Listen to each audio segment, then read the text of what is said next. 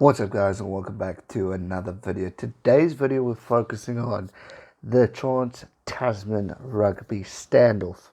Now when I say that, obviously negotiations are going by this week and to decide what is the way future for Australia and New Zealand, whether they're going to join together and create a trans-Tasman tournament or whether they'll go their separate ways and create their own respective tournaments on their own.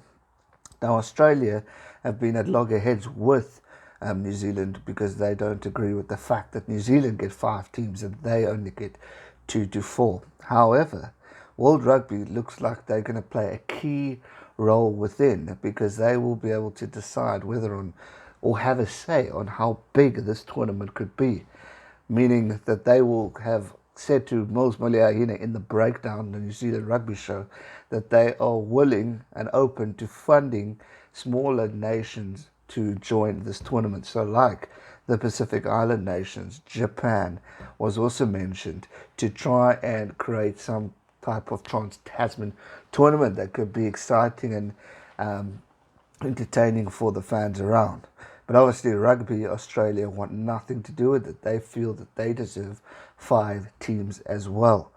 Now, they're looking at a 10-team competition, and Bill Beaumont, the chairman of World Rugby, has commended New Zealand on this idea of creating an 8 to 10-team tournament. Obviously, New Zealand taking 5 teams, and then Australia, as well as probably these Pacific Island teams. The question that comes in, which could cause more bit of drama, is if World Rugby are willing to fund, let's say, Fiji and Japan, who are already best friends with Bill Beaumont, then you've already got 2 teams in. New Zealand are not going to change their ruling. They are going to stick to 5 teams, and rightly so. Their 5 teams are the most dominant teams in the full-on Southern Hemisphere, so they deserve to have 5 solid teams, and rightly so. So then let's look at Samoa maybe, we look at Fiji maybe, we look at Japan. 3 key teams joining in. So then that's 8. So you're looking at possibly 2 to 3 Australian teams, which is definitely not going to go down well with Rugby Australia, as they are looking for more teams. However, if you're wanting a solid rugby tournament and if you're wanting it to work, which clearly the past project didn't work. Super Rugby was dying out. People were bored of it. People were bored of seeing the same old thing. We had too many teams in, the conference system just didn't work, and it was just getting a bit much. The proof is in the pudding. I mean, you saw the stadiums. They weren't full at all. And if Australia go on their separate ways, they are heading for disaster, with all due respect, because, although Super Rugby AU has been pretty good, it's not been near as entertaining as what we've seen down in New Zealand from a competitive level.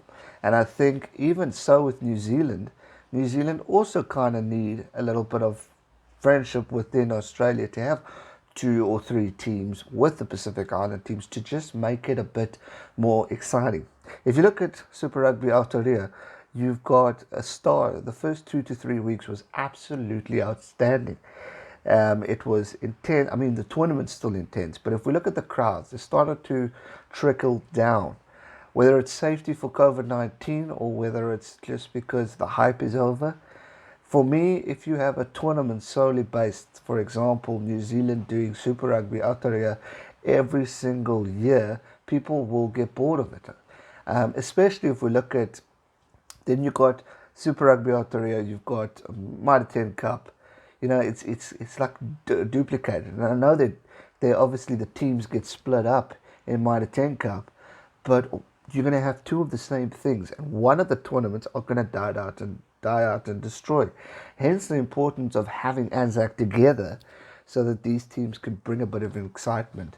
So for me, if both countries go on their own and create their own tournaments, one is definitely going to die, and the second could get boring.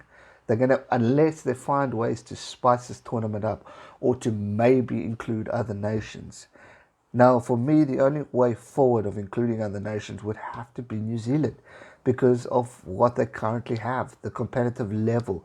The rugby is exciting. There are big name players that people want to see. So financially, if we're looking at the end goal, money-wise, it makes sense to follow in with New Zealand. And if I were Rugby Australia, I'd just take the punch and put in 2 to 3 teams. Yes, it's going to financially knock you, but you've got a better chance of a tournament surviving if you join New Zealand and it's producing the goods, producing the results. Television combined deals, sponsorships in one whole.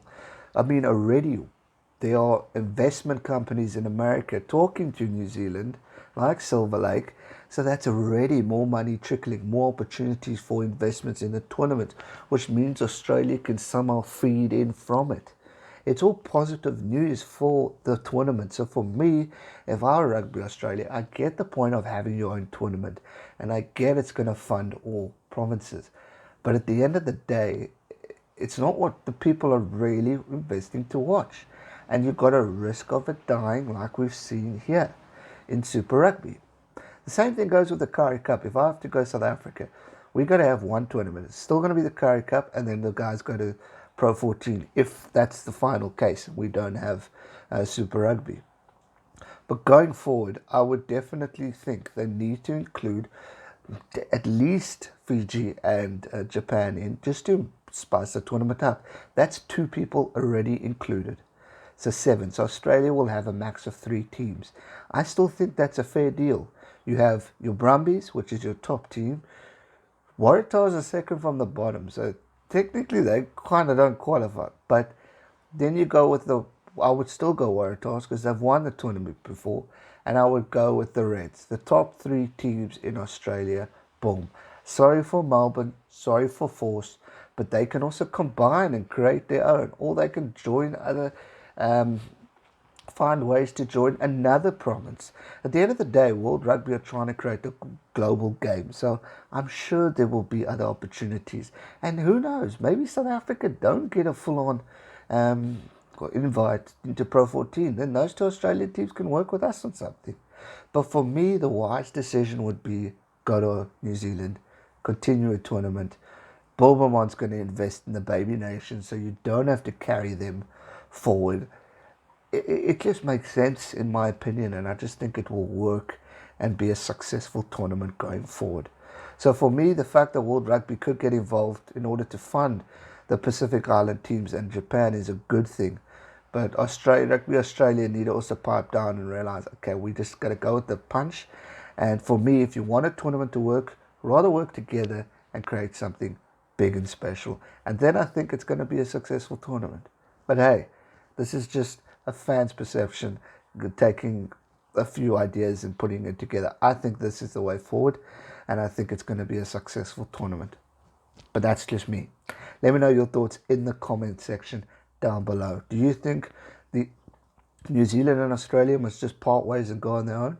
Or do you think they should merge together? And I think a lot of you guys will say, time to merge, because I think that's going to be a smart way forward. That's it for today's video. I hope you enjoyed it. If you did, smash that thumbs up button, subscribe if you're new, and I'll see you real soon for another one. Stay safe and never give up. Cheers.